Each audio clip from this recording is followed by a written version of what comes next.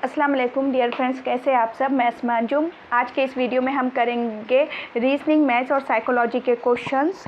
Third TET की तैयारी है हमारी ये। आगे बढ़ने से पहले एक और चीज़ देख लेते हैं हम। सेकेंड टेट जो हुआ था, तो सेकेंड टेट में असर इंस्टीट्यूट से जिन बच्चों का अल्हम्दुलिल्लाह जिनका सिलेक्शन हो गया है, अभी वो गवर्नमेंट जॉब पे है, वो बच्चों की ये लिस्ट है। अभी विद इंटरव्यू वाले बच्चे बाकी है इसमें ऐड होना। देखिए ये उनकी लिस्ट है। तो अल्हम्दुलिल्लाह इतने सारे बच्चे अभी असर इंस्टीट्यूट से लग गए हैं गवर्नमेंट जॉब पे। ये बहुत ही बड़ी कामयाबी है। और अब हम आते हैं हमारे प्रैक्टिस की तरफ।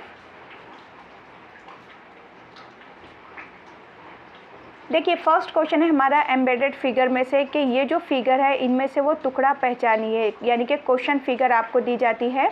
अगर आपने देखे होंगे दोनों ही टेट एग्ज़ाम को, फर्स्ट एंड सेकंड को, तो इस पे ज़्यादा क्वेश्चन पूछे जाते हैं आपको।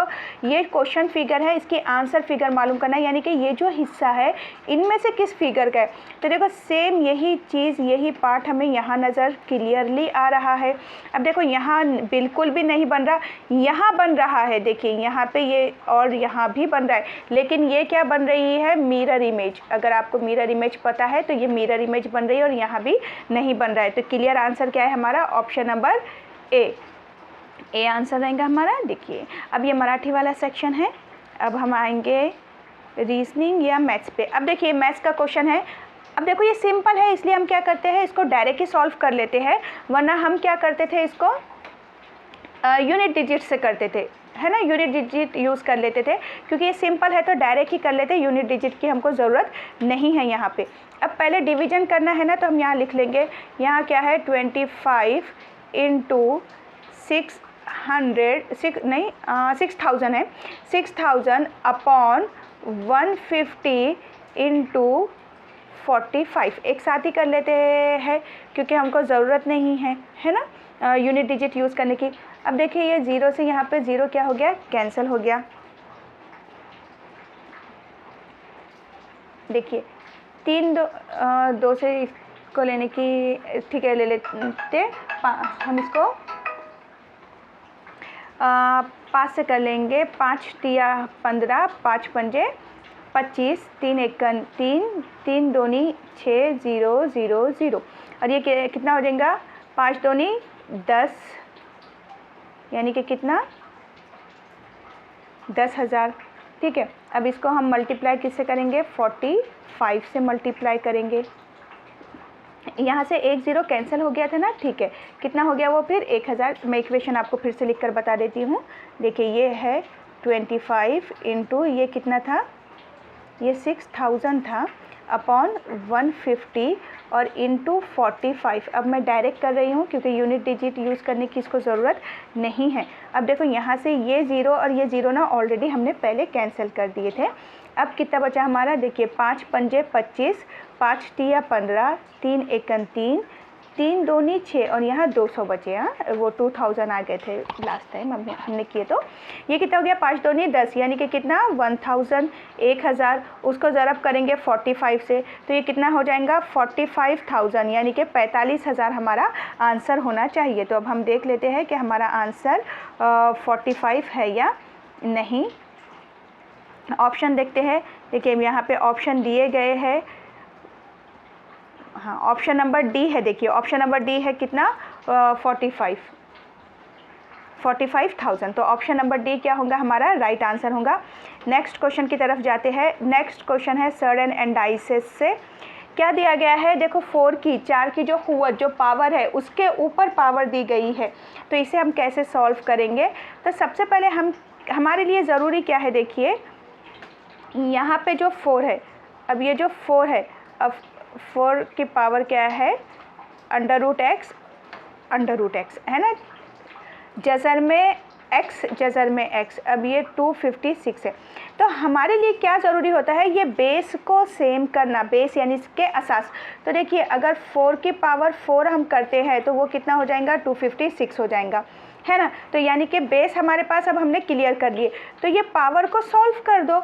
अब ये देखो ये है x और √x है ना, ये क्या होंगे, ये सॉल्व करना पड़ेगा हमको। तो ये हो जाएगा √x की पावर 2, x की पावर 2 हो जाएगा। अगर हम ये पावर जज़र हटाना है तो ये 2 से ये जज़र हटेगा, यानी कि यहाँ क्या बचा, सिर्फ x बचा। तो ये हो जाएगा 4⁻x, 4 की पावर x इक्वल 4 की पावर 4। अब देखिए जब असास हमारे बेस हमारे सेम है तो पावर भी हो जाती है इक्वल, यानी कि x इक्वल टू क्या हो जाएगा 4। तो हमारा आंसर होगा option number C. Option number C, हाँ देखिए ऑप्शन नंबर सी हमारा राइट आंसर है। अब देखिए यहाँ बोला गया है if 25% of a number is 850 then find the number, कि कोई नंबर है, कोई एक आपके पास ना नंबर है, समझो हमारे पास वो नंबर क्या है x। अब उसका हम कितना ले रहे हैं, 25% ले रहे हैं। हम x का कितने परसेंट ले रहे हैं, 25% ले रहे हैं। तो 25% लेने पे हमारे को क्या वैल्यू मिल रही है, 850 मिल रही है ना। तो हम इसको सॉल्व करेंगे, x इंटू 25/100 इक्वल टू 850। हम इसको ऐसे कर देंगे, है ना। अब देखिए मैं यहीं पे थोड़ा कैंसिल कर देती, 5 पंजे 25, 5 दूनी 10, 0, 5 एकन 5, 5 चौक 20, है ना। अब ये कितना हो गया, x इक्वल टू, अब मैं ये 4 को यहाँ लेकर जाती हूँ, 850 इंटू 4। ऐसे भी हम कर सकते हैं ना, उसको हम वहाँ पर लेकर आ सकते थे। अब देखिए 0 का 0, 5 चौक 20 और 8 चौक 32, 33 34, है ना। कितने हो गए, 3400, 3400। तो ये हो गया हमारा आंसर। तो आंसर हमारा ये रहेगा, ऑप्शन नंबर ए में है। देखो 3400, 3400। अब यहाँ पे आंसर वेरीफाई करते हैं, देखिए वही आया है हमारा आंसर। नेक्स्ट क्वेश्चन है, अब ये हमको लिया गया है अल्फ़ाबेट वाले कोडिंग से, एनालॉगी का क्वेश्चन है। देखिए ये कोडिंग का भी नहीं है, एनालॉगी का है। In the following question select the related letter words numbers from the given alternative, यानी कि मंतज़ झैल सवाल में दिए गए मुतबादिल से मुतालिका हुर्फ लफ्ज़ नंबर मुंतखब कीजिए। अब हमको क्या करना है, अब देखो ऐसे क्वेश्चन में हम क्या करते हैं, सबसे पहले ना हम लिख लेते हैं इनकी पोजीशन क्या है, अल्फ़ाबेटिकल ऑर्डर में इनकी पोजीशन को हम लिखते हैं। अब देखो यहाँ पर इनकी जब हम पोजीशन लिखेंगे तो वो क्या आएंगी, H। अच्छा इनके हम पोजीशन भी लिखे तो इनका सम लेकिन यहाँ नहीं होने वाला है, इसका मतलब सिर्फ ये नंबर बेस है। जैसे कि ये 1 2 3 4, कितने लेटर्स है इसमें, 4 लेटर्स है। 1 2 3 4 5, इसमें कितने लेटर्स है, 5 लेटर है। सिंपल क्वेश्चन दिए थे, देखो आपको सिर्फ नंबर ऑफ़ लेटर्स इस पर देखना था। तो हमारा आंसर 5 होगा यहाँ। ए है 6, क्योंकि नीचे ऑप्शन में ना उन्होंने सम करके नहीं दिए ना।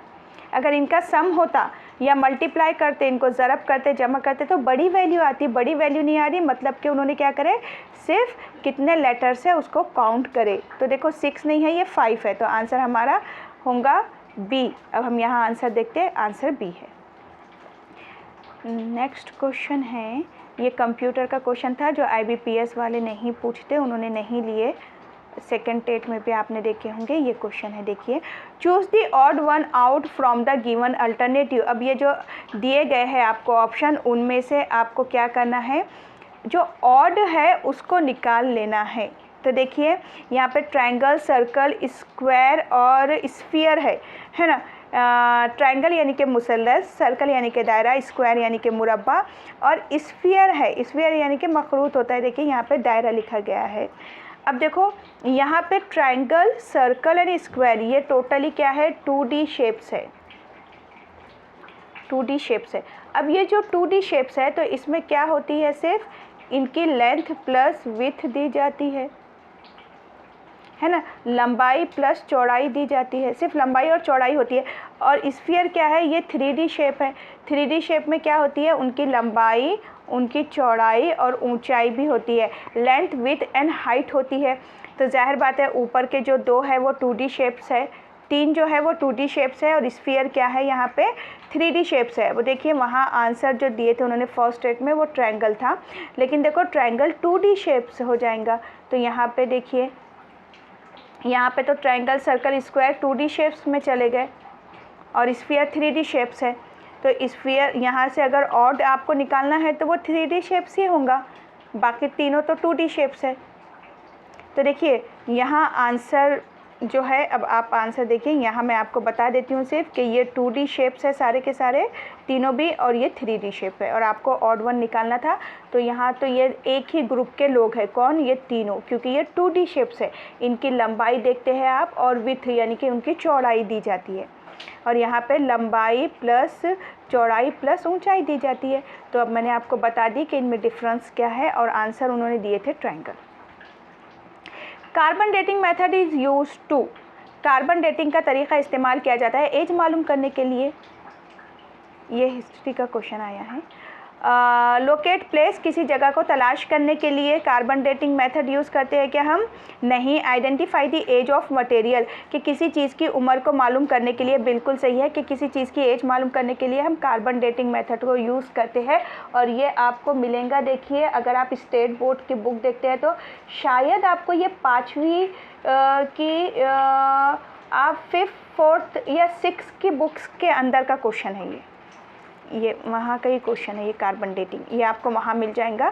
तो एज मालूम करने के लिए हम इस्तेमाल करते हैं, स्क्रिप्ट को मालूम करने के लिए, रस्मुल ख़त की शनाख्त करने के लिए नहीं करते, आइडेंटिफाई द मटेरियल, मवाद की निशानदेही के लिए भी नहीं करते हैं, एज मालूम करने के लिए करते हैं, identify the age of material. तो आंसर होगा हमारा ऑप्शन नंबर बी।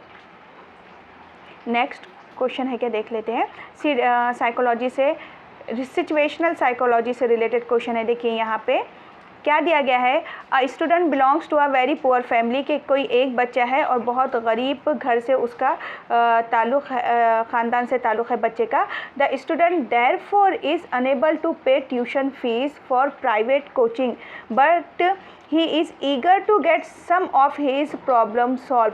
अब देखिए गरीब होने की वजह से बच्चा निजी ट्यूशन क्लासेस की फ़ीस अदा करने से कासिर है, यानी कि वो नहीं भर सकता, लेकिन वो अपनी मुश्किलात को हल करने के लिए ख्वाह है, लेकिन वो अपनी मुश्किलात को दूर करना चाहता है। What provision will you make for the student, तो आप तालिब इल्म के लिए आप क्या फ़राहम करोगे, यहाँ पे आप क्या करेंगे ऐसे तालिब इल्म के लिए।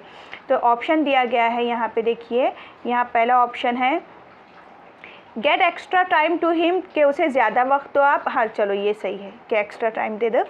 Refuse to solve his problem as you have no spare time. अब इसमें क्या बोल रहे हैं कि उसको मसाइल को हल करने से इनकार करते हैं, उसके मसाइल को आप इनकार कर दो हल करने से, क्योंकि आपके पास वक्त नहीं है, क्योंकि आप अगर बहुत बिजी है आप नहीं कर सकते तो आप वक्त मत दो। लेकिन देखो अगर आपको थोड़ा बहुत भी मिल जा रहा है टाइम तो आप उसको थोड़ा टाइम दे दो, ऐसा भी बोला गया है। तो हाँ, इनकेस अगर आपके पास टाइम है तो आप दे दो, तो ये एक थोड़ा सा पॉजिटिव होगा, थोड़ा बोले तो अच्छा ही पॉजिटिव होगा। Creating a terror to him, के दहशत की तश्कील कर दो, उसके अंदर दहशत डाल दो, नहीं ऐसा बिल्कुल नहीं करेंगे।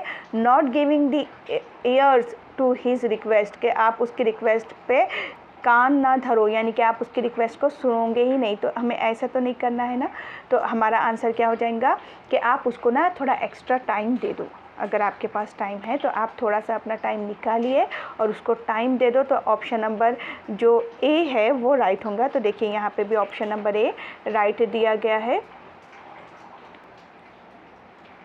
असर इंस्टीट्यूट से महा टीटी और टेट दोनों की ही, देखिए अब महा टीटी की भी बैच स्टार्ट हो गई है, दोनों की इंग्लिश उर्दू मीडियम के लिए ऑनलाइन और ऑफलाइन बैचेस स्टार्ट हो गई है। अब ये बैच होती है टीच मी ट्यूशन ऐप पे, जिस पे डेली लाइव लेक्चर होते हैं प्लस रिकॉर्डेड लेक्चर्स आपको अवेलेबल कर दिए जाते हैं। ऑल सब्जेक्ट के नोट्स मिलेंगे मॉक टेस्ट सीरीज़ के साथ। अब देखिए यहाँ पर ये पेड बैच रहेंगी। ऑफलाइन के लिए यहाँ एड्रेस दिया गया है और ऑनलाइन होंगी ये टीच मी ट्यूशन ऐप पे आपको ज्वाइन करना है। तो थंबनेल पे और ऐड पे आपको कॉन्टैक्ट नंबर दिया गया है, आप ज्वाइन कर सकते हैं और वीडियो को शेयर कीजिए अपने फ्रेंड्स के साथ। अल्लाह हाफिज़।